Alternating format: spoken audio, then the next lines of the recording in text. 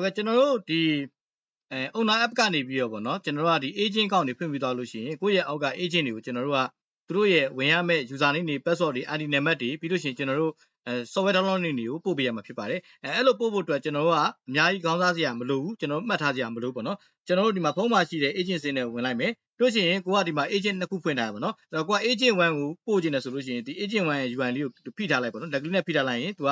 copy ယူပြီးသွားပြီဆိုပြီးတော့စာသားလေးပြပြီပေါ့နော်ဒီမှာဆိုရင်ဖိထားလိုက်ရင်ကျွန်တော် copy ယူပြီးသွားပါပြီเนาะယူပြီးသွားလို့ရှိရင်ကျွန်တော်တို့ဘယ်ကိုသွားပို့ရမလဲဆိုလို့ရှိရင်ကျွန်တော်တို့ဒီနေရာမှာကိုပို့ကျင်တယ်ပေါ့နော် Viber ဖြစ်ဖြစ် Telegram နဲ့ဖြစ်ဖြစ်ကျွန်တော်တို့ကဒီလိုမျိုး paste လုပ်ပြီးတော့မှပို့လိုက်လို့ရပါတယ်ဒါဆိုလို့ရှိရင်သူ့ရဲ့ agent ဝင်ရမယ် agent ID ရဲ့ user name ရဲ့ password ရဲ့ပြီးလို့ရှိရင်ကျွန်တော်တို့download ရမယ် software download link တွေရဲ့ကိုဒီမှာတစ်ခါလေးသူ့စီကိုတစ်ခါလေးပို့သွားမှာဖြစ်ပါတယ်အဲ့တော့ကိုကတီးတဲ့ agent ID တွေမှတ်ထားစရာမလို user name တွေ password တွေမှတ်ထားစရာမလိုဘဲနဲ့ကိုကကိုယ့်ရဲ့အောက်က agent တွေကိုဒီတစ်ခါလေးပြန်ပြီးပို့လို့ရအောင်ဖြစ်ပါတယ်အဲ့တော့ပို့မယ်ဆိုလို့ရှိရင်ကျွန်တော်စောစောကပြောထားတယ် agent 2ပို့မယ်ဆိုရင် agent 2ရဲ့ UID အကလေးပေါ့နော်ဒီနေရာလေးကိုကျွန်တော်ကဖိထားလိုက်ဖိထားလို့ရှိရင်သူက copy user ဖြစ်သွားမယ်ပေါ့နော်ဒီမှာဆိုရင်ဖုန်းမှာဆိုရင်သူစာသားလေးပြပြီးပေါ့နော် copy user စာသားလေးပြပြီးတယ်ပြီးရင်ကျွန်တော်စောစောအတိုင်းပဲကိုပို့ခြင်းတဲ့ Viber နေ message ဒါမှ Telegram နေဖြစ်ဖြစ်ကျွန်တော်ပို့လိုက်လို့ရပါတယ်ဒါဆိုရင်ကျွန်တော် agent ID 2ရဲ့ account ကိုကိုယ့်ရဲ့ agent နောက်တစ်ယောက်ကိုကျွန်တော်ပေးပို့လို့ရမှာဖြစ်ပါတယ်เนาะဒါကတော့ကျွန်တော်တို့ဒီ Android ကနေပြီးတော့မှဒီ agent account တွေကိုဘယ်လိုမျိုးပို့ရမလဲဆိုတာကိုပြပေးဖြစ်ပါတယ်အဲ့တော့ပို့တဲ့အခါမှာလည်းကျွန်တော် software download link မှာတခါလေးပါပြီးသားဖြစ်တဲ့အခါကျတော့ကျွန်တော်တို့အနေနဲ့ software download link ကိုလည်းတည်တက်ထပ်ပို့စရာမလိုတော့ဘူးပေါ့နော်အဲ့တော့ကျွန်တော်တို့စောစောကပေးပို့လိုက်တဲ့agent ID account နဲ့ user name နဲ့ကျွန်တော်တို့က PC app မှာ login ဝင်မယ်ဆိုရင်ကျွန်တော်က agent login ကိုဝင်ပြရပါမယ်ပြီးရင်ကျွန်တော်တို့စောစောကagent ID ပေါ့နော်ကျွန်တော်ဒီမှာပို့လိုက်တဲ့ agent ID နောက်ဆုံးမှာပို့လိုက်တဲ့ agent ID 1ပေါ့နော်agent က1 agent 1ကအတူကောက်ဝင်မယ်ဆိုရင် agent ID 1ကိုထည့်ရမယ် agent 2ကအတူကောက်မယ်ဆိုရင် agent ID 2ထည့်ရမယ်ပေါ့နော်ဒီမှာဆိုလို့ရှိရင်တော့ကျွန်တော်ကဒီ agent ID 1နဲ့ကျွန်တော်ဝင်ပြပါမယ်နော် agent ID 1သူ့ရဲ့ agent account နဲ့ user name က agent 1ဖြစ်ပါတယ်နော်တော့ဒီချက်လက်တွေကိုတော့ကျွန်တော်မှအောင်ထည့်ပြလို့ပါတယ်ပြီးတော့သူ့ကိုဖွင့်ပေးထားတဲ့ password ကိုထည့်ပြရပါမယ်ပြီးရင်ကျွန်တော်ဒီ remember me ဆိုတဲ့နေရာမှာ magic လေးပေးပြီးတော့မှ login ဝင်လိုက်ပါမယ်နော်ဒါဆိုလို့ရှိရင်သူကသူ့ရဲ့ agent account တွေကိုဝင်သွားမှာဖြစ်ပါတယ်နော်ဒါဆိုလို့ရှိရင်သူက agent account တွေဝင်သွားပြီ agent account ထဲမှာဆိုလို့ရှိရင်တော့သူကဒီအဲဒီမှာမျိုးသူကဒီစောစောပြောလို့မျိုး account password change တာတွေပါလေလုပ်လို့ရမှာဖြစ်ပါတယ်နော်အဲ့တော့သူ့ရဲ့ account ကိုစကားဝက်ကိုပြန် change နေတာဖြစ်ဖြစ်အသစ်ထည့်ချင်တာဖြစ်ဖြစ်ကျွန်တော်က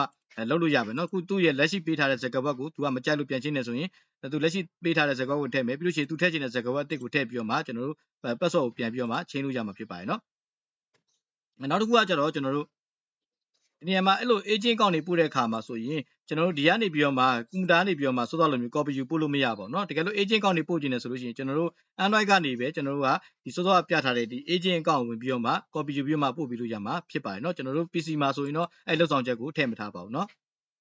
ကျွန်တော်တို့ဖွင့်ထားတဲ့ agent account ကိုလည်းကျွန်တော်ဖုန်းကနေဝင်ခြင်းနေဆိုလို့ရှိရင်ကျွန်တော်ကဖုန်းက agent app ထဲကိုကျွန်တော်ဝင်ပြဖြစ်ပါတယ်ဒီမှာတော့ကျွန်တော်တို့ privacy ကြောင်းမို့ကျွန်တော်ကကျွန်တော် login ဝင်တဲ့ form ကိုတော့မပြည့်ရဘူးเนาะကျွန်တော်ဝင်လိုက်ပြီဆိုလို့ရှိရင်ဒါသူက agent account တွေဝင်သွားပြီဒီမှာဆိုလဲ agent ဆိုပြီးတော့သူကပြထားတယ်ပေါ့เนาะဒါဆိုလို့ရှိရင်ကျွန်တော်တို့ agent account တွေကိုဝင်ပြီးသွားပြီဖြစ်ပါတယ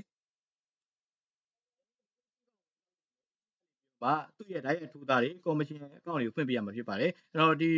account ဖွင့်ဖို့တက်ဆိုလို့ရှိရင်ကျွန်တော်တို့အပေါ်ဆုံးကဒီ bevel ဆုံးက account ဆိုတဲ့ icon လေးကိုတစ်ချက်နှိပ်လိုက်မယ်ပြီးရင်ကျွန်တော်ဒီနေရာမှာသူက direct ထိုးသား account ဖွင့်မှာလား commission account ဖွင့်မှာလားဆိုရေးပေးလို့ရတယ်နော်တကယ်လို့အသစ်ကိုနှိပ်လိုက်မယ်ဆိုလို့ရှိရင်ကျွန်တော်ဒီနေရာမှာ commission ဖွင့်မှာလားထိုးသားဖွင့်မှာလားဆိုသူကရွေးခိုင်းပါတယ်နော်အဲ့တော့ကျွန်တော်က loss data ထိုးသားပေါ့နော်ထိုးသားဆိုတာက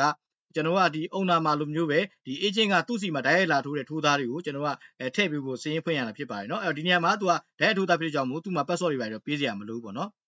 အဲ့တော့ဒီမှာဆိုလို့ရှိရင်လည်း तू ကဒ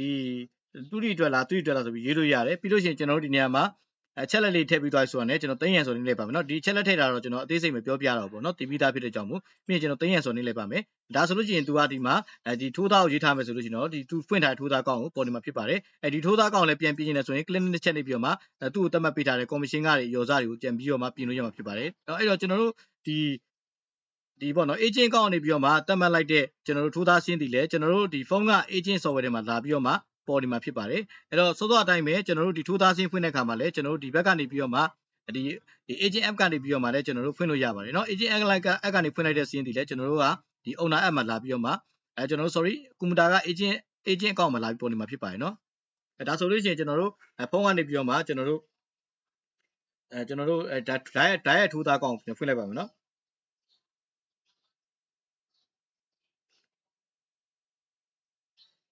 ကျွန်တော်လိုအပ်တဲ့အချက်လက်တွေထည့်ပါမယ် ပြီးရင်ကျွန်တော်တို့ထည့်သွင်းမဲ့နေလိုက်ပါမယ်နော်ဒါဆိုလို့ရှိရင်ကျွန်တော်တို့ဒါ agent software နေပြီးတော့မှဓာတ်ရိုက်ထိုးသားကောင်းကိုကျွန်တော်တို့ကဖွင့်လိုက်တာဖြစ်ပါတယ်ဖုန်းကနေဖွင့်လိုက်တာနဲ့ကျွန်တော်တို့တခါတည်းကျွန်တော်တို့ဒီမှာလာပြီးတော့မှပြပေးနေမှာဖြစ်ပါတယ်နော်တကယ်လို့ဖုန်းမှာထိုးသားအဆင်းဓာတ်ရိုက်မပေါ်လာဘူးတခါတက်မပေါ်ဆိုရင်ကျွန်တော်ပြန်ထွက်ပြီးတော့ပြန်ဝင်လိုက်ပါနော်ဒါဆိုလို့ရှိရင်ကျွန်တော်တို့ဒီမှာစောစောဖွင့်လိုက်တဲ့ထိုးသားကောင်းဒီပေါ်လာမှာဖြစ်ပါတယ်နော်အဲ့တော့ဒီမှာဆိုလို့ရှိရင်လည်းကျွန်တော်တို့ကွန်ပျူတာမှာလည်းတခါတည်းလာပြီးတော့မှပေါ်နေမှာဖြစ်ပါတယ်နော်ဒါကတော့ကျွန်တော်တို့ကဒီ agent ကနေပြီးတော့မှသူတည်တဲ့စင်းတင်မှုအတွက်ဓာတ်ရိုက်ထိုးသားကောင်းကိုဖွင့်တာဖြစ်ပါတယ်နော်တကယ်လို့ commission ကောင်းဖွင့်နေတယ်ဆိုလို့ရှိရင်လည်းကျွန်တော်တို့ကဒီအစ်စ်ကိုနှိပ်ပြီးလို့ရှိရင်ကျွန်တော်တို့ဒီနေရာမှာcommission ဆိုတာလေးကိုရွေးပြီးတော့မှကျွန်တော်ဖွင့်ပြဖြစ်ပါတယ်အဲ့တော့ဒီ commission ဆိုတဲ့နေရာမှာတော့ဒါဒီ agent ဘက်ကနေပြီးတော့မှသူ့ရဲ့အောက်ကကော်စားတွေကိုပြဖို့အတွက် commission ရဲ့ user name နဲ့ password ထည့်ပြမှာဖြစ်ပါတယ်ကျွန်တော်လိုအပ်တဲ့ challenge တွေထည့်ပြီးသွားပြီဆိုလို့ရှိရင်တော့ကျွန်တော်သိရနေလိုက်ပါမယ်အဲ့တော့ဒီနေရာမှာလည်းကျွန်တော်တို့2တီတန်လား3တီတန်လားဆိုပြီးတော့ select ပေးပြီးတော့မှခွဲခြားလို့ရပါတယ်เนาะအဲ့တော့ကျွန်တော်ဒါတွေကတော့အရှိမပြပြီးသားဆိုတော့ကျွန်တော်ဒီ account အချက်လက်ထည့်တာကိုတော့အသေးစိတ်မပြောတော့ဘူးเนาะကျွန်တော်သိရဆိုနေလိုက်ပါမယ်ဒါဆိုရင်ကျွန်တော်တို့ဒီ commission ကောင်းဖွင့်ပြီးတော့ပါပြီဒါပေမဲ့ဒီမှာလာမပေါ်ဘူးပေါ့เนาะဘာလို့မပေါ်လဲဆိုရင်အောက်မှာကျွန်တော်တို့ကထိုးသားကိုယူထားလို့ဖြစ်ပါတယ်အဲ့တော့ commission ရွေးလိုက်မယ်ဆိုရင်တော့ကျွန်တော်တို့စောစောဖွင့်လိုက်တဲ့ commission ကိုမြင်ရမှာဖြစ်ပါတယ်အဲ့တိုင်းပဲကျွန်တော်တို့ကဖုန်းမှာဆိုလို့ရှိရင်လည်းကျွန်တော်တို့ကွန်ပျူတာဖွင့်လိုက်တဲ့ call စင်းဒီဖုန်းမှာလည်းလာပြီးပေါ်နေမှာဖြစ်ပါတယ်အဲ့တော့ဒီမှာလည်းကျွန်တော်တို့ကဖုန်းမှာဖွင့်လိုက်ပြီးဆိုတော့ねကွန်ပျူတာမှာလည်းတစ်ခါတည်းပြနေမှာဖြစ်ပါတယ်အဲ့တော့ဖုန်းမှာဖွင့်မယ်ဆိုရင်တော့အပေါင်းလေးကိုနှိပ်ပြီးတော့မှကျွန်တော်တို့ထည့်လို့ရပါတယ်ကျွန်တော်တို့ချက်လက်လေးထည့်လိုက်ပါမယ်နော်ကျွန်တော်ခုလိုမျိုးချက်လက်လေးထည့်သွင်းပြီးရတဲ့ထည့်သွင်းမယ်ဆိုနေလိုက်မယ်ဒါဆိုလို့ရှိရင်ကျွန်တော်တို့ကဒါ user 2လို့ပေးထားပါတယ်เนาะ commission ရဲ့နာမည် user 2လို့ပေးထားတယ်အဲ့တော့ဒီမှာဖွင့်လိုက်တဲ့ပြန်နဲ့ကျွန်တော်တို့ကဒီကွန်ပျူတာရဲ့ agent ကောက်မှာလည်းလာပြီးတော့မှပေါ်နေမှာဖြစ်ပါတယ်ဒါကတော့ကျွန်တော်တို့ကဒါ commission အတွက် account ဖွင့်ပေးရဖြစ်ပါတယ်တကယ်လို့ကိုပြန်ပြီးတော့မှကြည့်ချင်တယ်ဆိုရင်ထိုးသား account commission တော့ဒီလိုမျိုးရွေးပြီးတော့မှကြည့်လို့ရမှာဖြစ်ပါတယ်เนาะအဲ့တော့ဖုန်းမှာဆိုလို့ရှိရင်လည်းတူတူပဲကျွန်တော်က commission စင်းတွေထိုးသားစင်းတွေကြည့်ချင်တယ်ဆိုရင်ကျွန်တော်တို့ကိုကြည့်ချင်တဲ့ထိုးသားစင်းကိုထိုးသားထဲမှာဝင်ပြီးကြည့်လို့ရတယ်ကိုဖွင့်ထားတဲ့ commission စင်းကိုလည်း commission စင်းနဲ့ဝင်ပြီးတော့မှကြည့်လို့ရမှာဖြစ်ပါတယ်เนาะပြီးလို့ရှိရင်ကျွန်တော်တို့ဒီကိုဖွင့်ထားတဲ့ account ကိုလည်းကိုကပြန်ပြီးတော့ဗောနော်ကိုရဲ့အောက်က commission တွေကိုပြန်ပြီးတော့ပို့ချင်တယ်ဆိုလို့ရှိရင်ကျွန်တော်တို့ဒါ Android ကနေပဲပို့လို့ရပါမယ်เนาะကျွန်တော်ကွန်ပျူတာကနေပြီးတော့မှပို့လို့မရပါဘူး Android ကကျွန်တော် agent software ကနေပြီးကျွန်တော်တို့ကဒီ commission စင်းနဲ့ဝင်ကိုပို့ချင်တဲ့ဟာကိုဖိထားလိုက်ပေါ့နော်ကိုပို့ချင်တဲ့ UI user ရဲ့ account ကိုဖိထားလိုက်လို့ရှိရင်တော့ copy user ဖြစ်သွားပြီเนาะကျွန်တော်တို့ဖုန်းမှာဆိုရင်တော့ copy user ဆိုတာပြပြီးတယ်ပြီးလို့ရှိရင်ကျွန်တော်တို့သူတို့ရဲ့ Viber သုံး message ကနေပြီးတော့မှကျွန်တော်စောစောအတိုင်းပဲကျွန်တော်တို့ paste လုပ်ပြီးတော့မှပို့လိုက်မှာပဲเนาะဒါဆိုလို့ရှိရင်ကျွန်တော်တို့ဒါcommission ID 1အတွက်ကျွန်တော်တို့ကဒီမှာ user ID က1ပေါ့နော် user name ကကျွန်တော်တို့ကuser 1 password 00ဆိုပြီးတော့မှကျွန်တော်တို့ဒီ software download link တွေပါပြပြဖြစ်ပါတယ်เนาะလောဆယ်တော့ကျွန်တော်တို့က user အတွက်ကျွန်တော် software download link မထည့်ထားသေးတဲ့အကြောင်းကို download link တော့မပေါ်သေးဘူးပေါ့နော်ကျွန်တော်တို့ဒီ software download link ထည့်ထားတဲ့အခါကြာလို့ရှိရင်တော့ဒီမှာ download link မှာတခါလေးပြပြီးနေမှာဖြစ်ပါတယ်เนาะဒီတိုင်းပဲကိုပို့ကျင်တဲ့ကျွန်တော်တို့ဒီ commission ကိုရွေးပြီးတော့မှကျွန်တော် user 2ဆိုလို့ရှိရင် user 2ကိုရွေးပြီးလို့ရှိရင်ကျွန်တော်တို့စောစောအတိုင်းပဲကိုပို့ကျင်တဲ့ Viber သို့မဟုတ် message ကနေပြီးတော့မှ Telegram နေဖြစ်ဖြစ်ကျွန်တော်တို့ကိုယ့်ရဲ့အောက်က commission တွေကိုကျွန်တော်တို့ကဒီလိုမျိုးကျွန်တော်တို့အကောင့်ဝင်ဖို့ကျွန်တော်တို့အချက်လက်လေးတွေပို့ပြီးလို့ရမှာဖြစ်ပါတယ်เนาะသူ့ရဲ့ user name တွေ password တွေပြင်နေတယ်ဆိုလို့ရှိရင်စကားဝက်ပြင်ဆင်နေဝင်ပြီးတော့မှ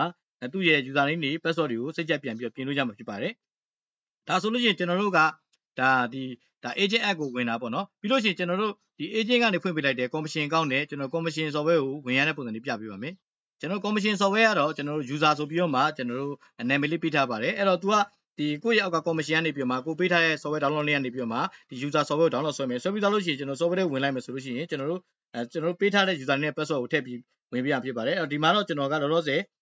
်ကျွန်တော် privacy အကြောင်းမို့သူကမပေါ်ရတော့ပေါ့နော်ဒီမှာဆိုလို့ရှိရင်ကျွန်တော်တို့ဒါဒီ user account နဲ့ဝင်ပြီးသွားပြီဖြစ်ပါတယ်နော် user account နဲ့ဝင်ပြီးသွားလို့ရှိရင်မှာကျွန်တော်တို့ကဒီမှ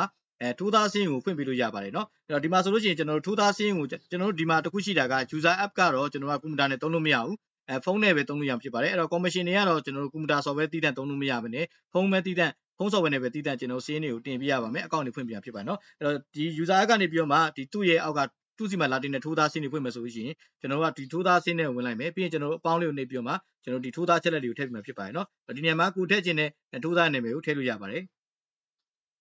ပြီးရင်ကျွန်တော်တို့ထည့်သွင်းမယ်ဆိုနေလိုက်မယ်ဒါဆိုလို့ရှိရင်ကျွန်တော်တို့ထိုးသားစင်းတစ်ခုဖွင့်ပြသွားပြီနော်နောက်တစ်ထပ်ပြီးတော့မှကျွန်တော်ထိုးသားစင်းတွေဖွင့်နေတယ်ဆိုရင်အပေါင်းလေးနေပြီးတော့မှထပ်ပြီးတော့မှထည့်သွားလို့ရပါတယ်နော်ကျွန်တော်ကဒီမှာဆိုရင်ကိုဆွဲနာမည်နဲ့ထည့်ဖွင့်သွားဆိုတော့ကျွန်တော်နောက်တစ်နာမည်တစ်ခုထည့်လိုက်ပါမယ်နော်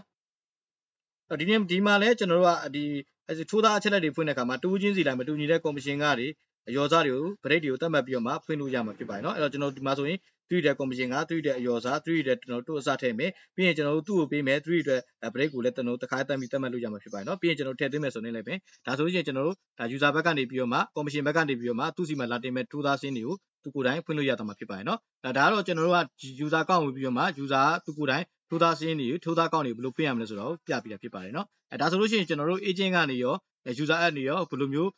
ကော်မရှင်စင်းတွေထိုးသားစင်းတွေဖွင့်ရမလဲဆိုတော့အားလုံးလည်းနောက်ပြီးလို့ထင်ပါတယ်နော်